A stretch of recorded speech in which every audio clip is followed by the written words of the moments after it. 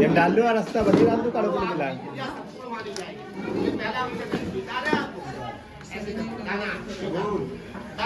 Time फंस गई।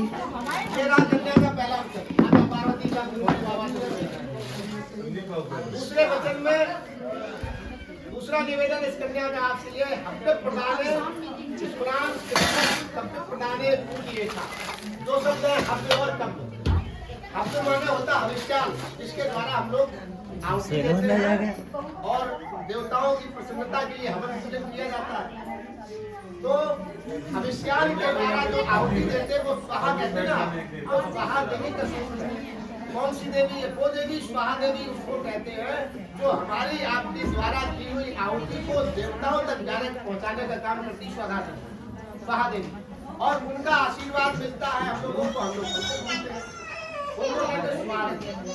तो हव्य प्रदान है हविष्यान को या सामग्री को, हवन सामग्री को हव्य कहते हैं।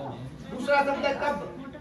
कब्ब कहते हैं जब हम लोग पितरों के लिए क्रिया करते हैं और पूजन करते हैं और उनका जल तर्पण करते हैं, तो तर्पण की विधि को कब्ब कहते हैं। उस समय स्त्रियों की संज्ञान में सारी क्रिया रहती है, लेकिन विशेषता जब प्रधानता नहीं इनको दी अपने यहाँ, लेकिन फिर भी इनका सहयोग पूरा रहता है। ये क्रिया करो, ये सामग्री जुटाओ, वो सामग्री जुटाओ करेंगे आप, है ना, उसमें भी इनकी सहभागिता रहेगी और इसमें भी सहभागिता रहेगी। कहने का तात्पर्य ये है कि चाहे आप हवन करें, पूजन करें, पूजा पाठ करें, कोई बड़ा अनुष्ठान करें या पितरों से संबंधित कोई प्रक्रिया करें, इनकी इस मामले में कभी अनदेखी मत करना। दोनों लोग पूजन करना, तो आपकी क्रिया संपूर्णता को मानी जाएगी, संपूर्ण क्रिया मानी जाए। दूसरा वचन स्वीकार है आपको। तीसरा वचन ये कन्या कह रही कुटुंब रक्षा हरणे यत्न पर्या पशु पांचलं कुटुंब रक्षा। इसका कहना यह है कि अभी तक आपने अपने परिवार में अपने परिवार के प्रति पूर्ण समर्पण भाव से रहे। कुटुंब रक्षा में आपने सहयोग किया, जीविकोपार्जन में सहयोग किया, और भी जो भी गृहस्थ धर्म होता है उसमें आपने सभी परिजनों के लिए सहयोग किया है। आज से अभी से मैं आपकी धर्मपत्नी होने के नाते निवेदन करना चाहती हूँ कि आपकी मैं धर्मपत्नी हूँ, इसलिए मैं भी आपकी आज से आपके घर में शामिल हो गई। मेरी भी रक्षा का भरण पोषण का जिम्मेदारी, मेरी रक्षा की जिम्मेदारी, आपका निर्वहन की जिम्मेदारी पूरी करना है आपको। अगर ये जिम्मेदारी आप निर्वहन करें तो हम आपके बायां में आना चाहिए। ये इसका चौथा, ठीक है भाई। स्वीकार आय व्यय धन धनाद्यम पुष्पा निवेशम आय और व्यय आमदनी के हिसाब से व्यय करना चाहिए। आमदनी के हिसाब से व्यय करना चाहिए, पैसा सामंजस्य रखना चाहिए। हमारी आमदनी 1000 रुपए है तो व्यय कितना करना चाहिए? मैक्सिमम 500 रुपया बचा करके इसको दे देना चाहिए। वो 500 रुपया करके कभी आपको 50,000 50 लाख इकट्ठा करके दे दिए, इस समय आपातकालीन मर्यादा वो 500 रुपया आपका वो 5 लाख हो जाता, 50 लाख आपको जान भी नहीं पड़ता है ना। ये गृहस्थ धर्म का पालन करने वाली देवियां हैं, ये हमारी सनातन धर्म को मानने वाली हैं, हमारी भारत की नारियां हैं। और छोटी छोटी बचत से एक बड़ा विशाल जो है हमारा संपन्न हो जाता है और बहुत बड़ा काम चलता है। ठीक है, ये इसका रहा चौथा वचन। आमदनी और व्यय में सामंजस्य बनाने का काम और इसकी सेवा। पांचवा वचन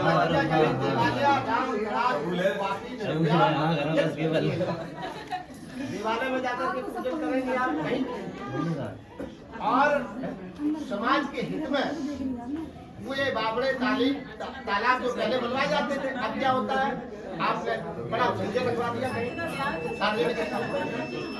आपने उसमें अपना नाम डाल दिया। लेकिन इसका निवेदन ये है कि आपके माध्यम से समाज में मेरी पहचान कैसे बनेगी? आपके माध्यम से इसकी बहू है और आपके पिताजी के नाम से बनेगी ना, आपके परिवार से पहचान बनेगी समाज में। तो समाज में ये भी कार्य करेंगे और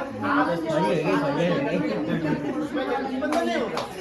मान लीजिए आपने करवा दिया प्रदीप कुमार राजपूत, तो मेरा मतलब ये नहीं इसका नाम नहीं करवाई, लेकिन एक पहचान होना चाहिए। किसकी बहू है? बहुत बढ़िया बहू है, हमेशा है ना, हमेशा सहयोग। ऐसे समय में कोई भी आप सामाजिक कार्य करें तो इसको साथ में लेकर के ये इसका पाठ है।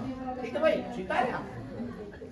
छठवें वचन में कन्या का निवेदन है, देशांतर्गते स्वपरांतरे यदा विद्या विष्णु त्वं, आपके द्वारा अपने यहाँ, अपने क्षेत्र में, परिक्षेत्र में, दूसरे क्षेत्र में, देश में, प्रदेश में, दूसरे प्रदेश में, कहीं भी अगर आप कोई बिजनेस कर रहे हैं, कोई व्यापार कर रहे हैं अपने सर्विस के अलावा, तो उसमें भी ये सहभागिता ये नहीं है कि उससे आप बिजनेस करो, नहीं।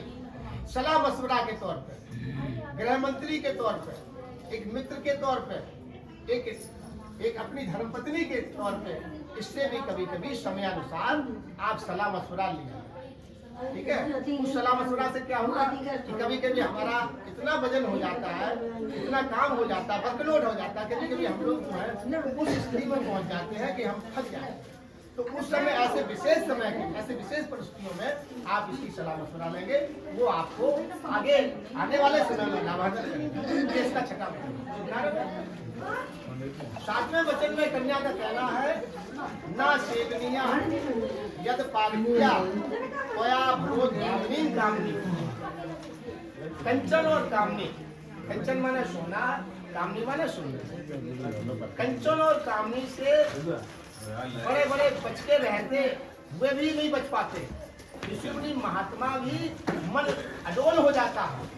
तो ऐसे विशेष परिस्थितियों में इस कन्या का कहना ये है कि आज से, अभी से हम आपकी धर्मपत्नी होने के नाते में मेरा निवेदन आपसे है कि कोई भी माँ बेटी है, आप बातचीत करें, समाज हित में सब कुछ है, सब आना जाना रहेगा, लेकिन माँ बेटी की नजर से ही आप बातचीत करेंगे। और अभी तक परिस्थिति को, किसी पराई बेटी को, पराई माँ बहन को, और अभी तक कहीं से भी कोई किसी तरीके से डायरेक्ट इनडायरेक्ट किसी भी एंगल से कहीं कोई चक्कर चल रहा, उसको आप वहीं पर रोक दें। इसलिए अपनी गृहस्थी में किसी का हस्तक्षेप नहीं होना। अपनी गृहस्थ के अंदर दोनों के साथ हस्तक्षेप नहीं होना चाहिए। नहीं होना चाहिए कि गृहस्थी में सामंजस्य में खड़बड़ हो जाएगी, आप दोनों के में सामंजस्य नहीं बन पाएगा, आप दोनों में खड़बड़ पैदा हो जाएगी। ये है ना, इसका निवेदन है आपसे। तो उसको जहाँ पर भी है उसको तुरंत स्थगित करना है ना। आज से नया जीवन आप शुरू करें अपना, दोनों लोग सामंजस्य जिंदगी, और कोई भी गिला शिकवा है तो खुले मन से, हम नहीं कह रहे इसमें लिखा ये नहीं, हिंदी शायद परसों में इलाहाबाद की छापा है। तो अपनी गृहस्थी को सुचारू रूप से आगे बढ़ाने के लिए, है ना, अपनी पत्नी को आप इज्जत दें, आप अपने पति को इज्जत दें। पति परमेश्वर होता बेटा। जैसे पार्वती जी माता, पार्वती जी ने अपने सारे बच्चों को कहकर, अपनी सारी वार्ता को रख करके निवेदन के साथ में आगे बढ़ी है आसन को ग्रहण करने के लिए। भोले बाबा कहने लगे, पार्वती जी, सती जी, सती जी, भाई ऐसे नहीं, हमने आपको 7 वचन दिए हैं, कोई बात नहीं, वचन तो दूने होने चाहिए, लेकिन कम से कम कुछ तो हमारी शिक्षा दीक्षा ग्रहण कर सकती हो। तो भोले बाबा ने कहा, देखिए आप तो माध्यम है, सती जी के माध्यम से सारे विश्व ब्रह्मांड के स्त्री जाति, नारी जाति को उन्होंने शिक्षा दीक्षा दी है। आप ऐसे कर दो, स्वीकार है। सातवां माता पार्वती जैसे ही पढ़ी, यहाँ पर ये कन्या ने सोचा कि हम अपना बायां आसन ग्रहण करेंगे।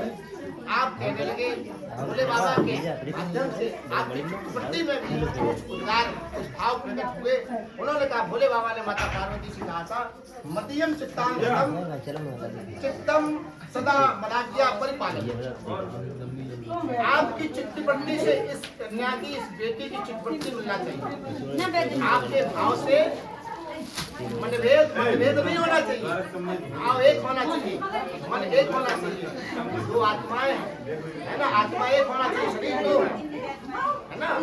तो ये कह रही है कि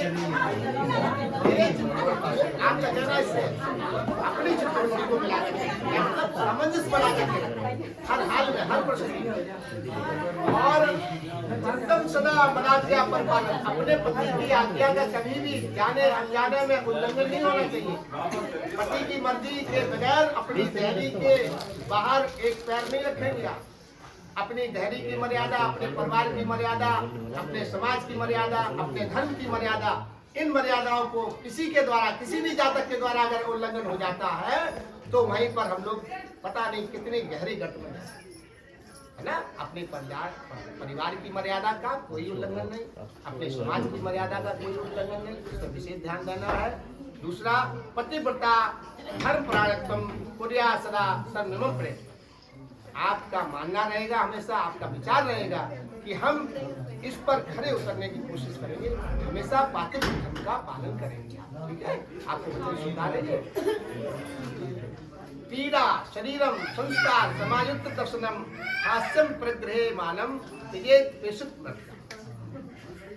आप आए बाहर से, थके मारने हैं, कोई दिक्कत नहीं। अब ये लड़की कहीं बलुआ गई, देर हो गई, विलम्ब हो गया समय के हिसाब से, तो सबके सामने आप इसको डांटेंगे। कहना है अच्छे से कहो, अच्छे से समझा के कहो। अगर अच्छी बात भी झल्ला के कही जाए तो वो भी खराब लगती है, और कड़वी से कड़ी हुई बात बड़ा प्रेम से कही जाए तो भी थोड़ा किसी के सामने, समाज के किसी भी व्यक्ति के सामने, किसी भी नारी जाति के सामने इसको आप झल्ला के नहीं बोलेंगे, बड़ा प्रेम से, कोई भी बात है ना, बड़ा प्रेम से कहेंगे। और उन्होंने कहा, देखिए उद्याने, उद्यान एक पर्यायवाची शब्द के हिसाब से लिया गया है। उद्यान कहते हैं दोपहर के समय को, उद्यान कहते हैं अर्धरात्रिकालीन समय को, और उद्यान कहते हैं कोई रमणीय बगीचा या घने जंगल का स्थान हो, उसको भी उद्यान कहते हैं। उद्याने मद्यपाने, उन्होंने कहा देखिए भोले बाबा का कहना है, पार्वती जी के माध्यम से स्त्री जाति को कभी भी अकेले में सुनसान इलाके में नहीं जाना चाहिए। क्यों नहीं जाना चाहिए? इसलिए नहीं जाना चाहिए, शारीरिक आक्षेप आ सकता है। अब ये नहीं मालूम कहाँ से आ सकता है, अकस्मात आ सकता है ना, अटैंडम आ सकता है, कोई जंगली जानवर के द्वारा आपके ऊपर शारीरिक आक्षेप आ सकता है, कोई मदपान किए हुए पुरुष के द्वारा आपको उल्टा सीधा बोला जा सकता है, कोई बुजुर्गान ने देख लिया, किसी बुजुर्ग महिला ने देख लिया, फला फला की लड़की, फला फला की बहू अकेले में कहा था, इस तरीके से आक्षेप नहीं आना चाहिए किसी तरीके से। उन्होंने कहा, पार्वती जी कहने लगी, महाराज जी आपका निवेदन, आपका आदेश मैं पालन करती हूँ, करूंगी, लेकिन मेरा एक निवेदन है। क्या? उन्होंने कहा अर्धरात्रिकालीन समय में डकैती पड़ जाए, आग लग जाए, अकस्मात घटना दुर्घटना का किसी तरीके से है ना समय आ जाए तो क्या करना चाहिए? शरीर माध्यम खल धर्म साधना, अपने शरीर की रक्षा के लिए, हमारे लिए हमारा धर्म कहता है कि अपने शरीर की रक्षा के लिए निकल जाना चाहिए। आपत्ति काले उस समय निकलना चाहिए। क्यों? हमारा शरीर सुरक्षित रहे किसी तरीके। उन्होंने कहा मद्यपान करोड़ पुरुष, जवान पुरुष और नशेबाज उसके सामने नहीं जाना चाहिए। क्यों? अरे खूब रिश्तेदार बना रहे हैं, लेकिन उस समय उसकी बुद्धि का नाश हो चुका है, बुद्धि उसकी भ्रष्ट हो चुकी है, इसलिए उस समय को निकाल देना चाहिए।